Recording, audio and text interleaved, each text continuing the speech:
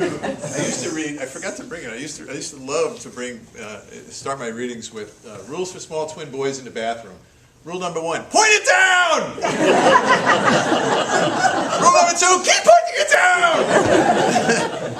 Rule number 3, Dad does all wiping. Rule number 5, the most important rule of your whole lives, boys, each boy points his own pointer. Can I help my brother? No, you cannot help your brother. Rule number 10, no, yes, Dad has a pointer. Rule number 11, no, Mom does not have a pointer.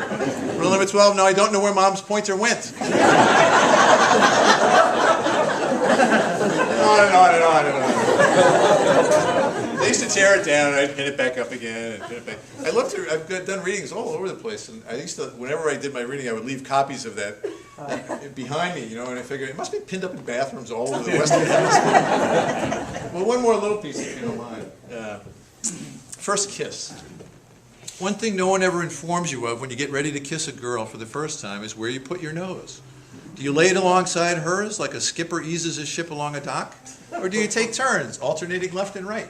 You laugh, but this is a pressing question, as you well remember yourself. And your hands, do they quest? Or do they alight on her shoulders like birds, like leaves? The glasses on each of your noses, is it sweet when they clink, or is that dorky? Should you take them off just before you kiss, or is that too confident that you will be kissing? And most of all, the breathing. This is a real problem. Do you hold your breath? Do you aim for staggered breaths like in the pool? And who's in charge? If your partner wants to retire, what are the accepted signal flags for such a decision? Can I appeal? I hear you laughing, but you were in the same boat as me. We were shaking.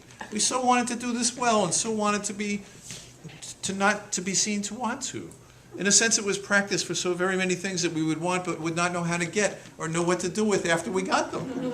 You know full well what I mean. Nothing was as gently sweet, nothing so roaringly nerve-wracking.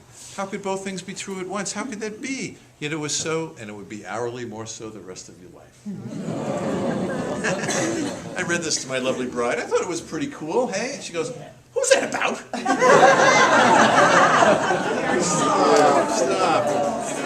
By the first time I made out with a young lady in 8th grade, she had braces and I had glasses, and her braces got stuck to my glasses. So it was like spaceships docking in space. And thank God her father came down yelling. Anyway, one time, oh my God, I've already burned all my time. Well, let me read you one. We'll have a vote. I can make you cry about children, or I can make you cry because we sent children to war. What would you like? Children? All right. A lot of what happens to me, a lot of what happened in Mink River, I keep trying to tell book clubs this, that like young readers especially, high schools have had to read it. My sons had to read it in their class. And indeed, one of my sons said, "Will you help me with my paper?" I said, "No, can we interview the author?" I was like, no. But young readers especially seem a little wigged out when I say to them, "Look, I listen to the characters. I listen to them speaking, and whenever I tried to tell them what to do, they would basically give me the finger, and it would be lifeless. And so they couldn't be puppets. They wouldn't do it. They refused to be puppets. I would listen to them. And I think the way that worked, if it did work in the book, I know you all hated it deeply, but was that that's what I do as an essayist a lot. And it happens to me all the time. I just ask people questions, and they tell me the most amazing stories. So this happened to me recently. I worked at the University of Portland, and I was visiting this high school or a grade school recently, and a kid said, "You're from the University of Portland? You mean there's a university attached to the women's soccer team?" I was about to say, "Hell yes." I realized, wait a minute, it's the greatest public relations coup of all time.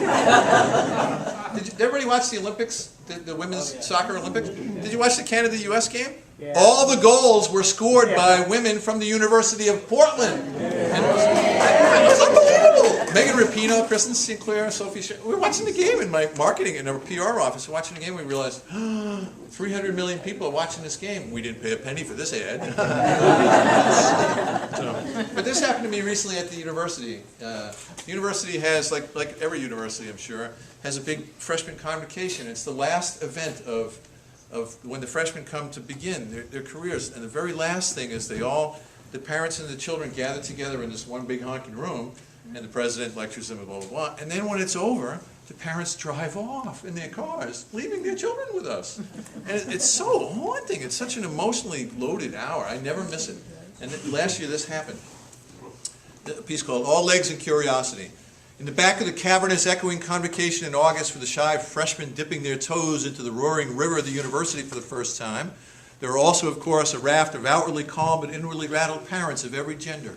And I got to talking to a tiny mother, and as soon as she started talking to her daughter, she burst into tears right there by the women's bathroom. But she recovered fast and started talking faster, and I think you should hear what she said. "This is the greatest moment and the worst moment of my life," she said. "I was just changing her diapers a minute ago. Now she's all legs and curiosity. I can't believe she's not coming home tonight. I'll get ready to send her a text message at midnight. 'Where are you? Come home now.'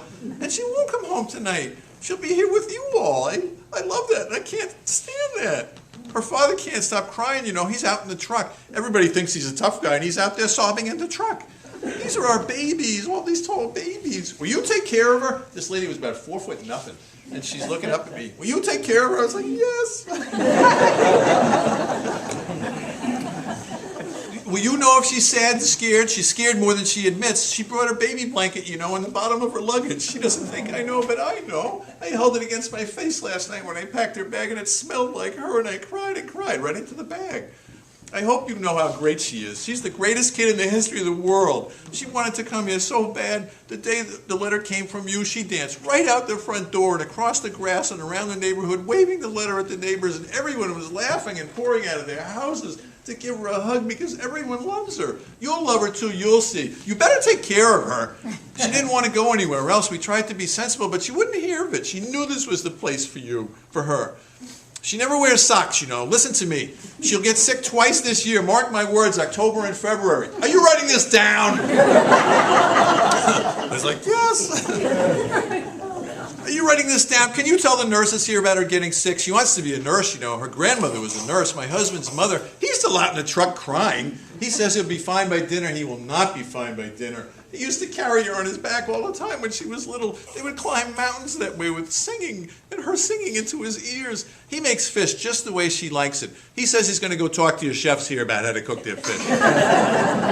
She'll be the best nurse there ever was. She has the biggest heart anyone God ever made in a million years. I can't stand it that she's not coming home tonight. She's not coming home as a kid ever again, is she? Will you take the best care of her that you can? Do you swear to me? Swear it to me. Because I spent every minute of every day since she was born thanking God for the gift of that kid. And even when she was bad, she was the best kid ever.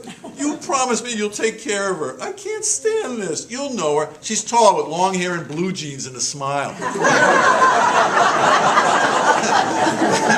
You know, and then in the back of my head I'm thinking, great, that reduces it to about 2,000. You can't miss her. When you meet her, you'll know who she is. You'll know. Trust me. Once you meet her, you'll never forget her for the rest of your life. Trust me. It's like, oh, man. Oh, man, I cried.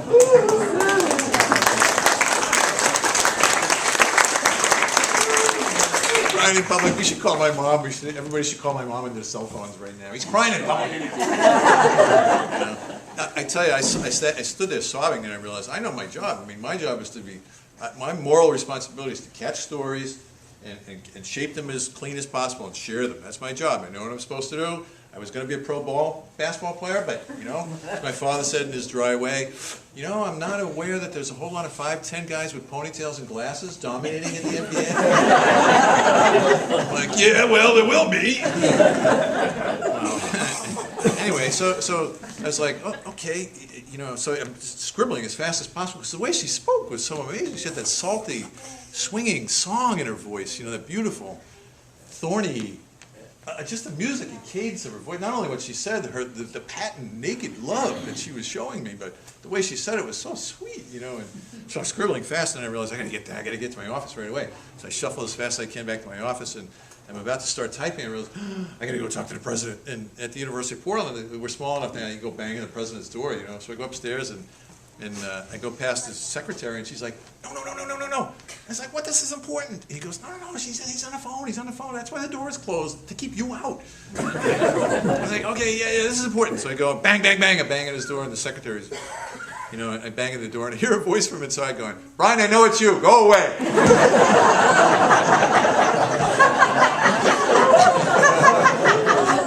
banging on the door. Father, come on! And it's a priest, right? You're all Catholic. and so finally he goes, all right, come in. And so I go in, and he's got his hand over the phone, right? He's on the phone, but he's got his hand over the speaker, and he goes, what? And I said, this is really important. This amazing thing just happened. This lady just opened her heart to me. We got to take care of that kid. And he's like, I'm on the phone with a guy who's about to give us $5 million. Is this really that important? I said, yes, hang up the phone. And he goes, I'll call you. I just told this story at another university, and one of the fundraising people came up to me afterwards and said, who's he on the phone with?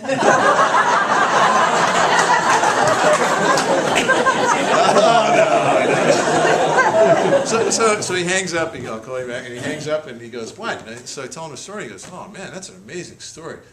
Boy, that cuts right to it. Who was the lady? I was like, I didn't get her name. He goes, who was the daughter? What's the daughter's name? I said, shoot, didn't get that either. He goes, why the hell do I employ you? I was like, back to my office. All right, so, oh, look, I burned all my time. All right, you want to take a pee break? Does anybody have to pee? If you have to pee, raise your hand. All right, can you hold it? Okay. You want to take a break and ask me questions, and I'll read a couple pieces? Want to do that? Or do you want me to just keep reading? Keep reading? Okay. Why don't we switch to Mink River? That would be a good idea. Do you need a potty break? Do you or no? No.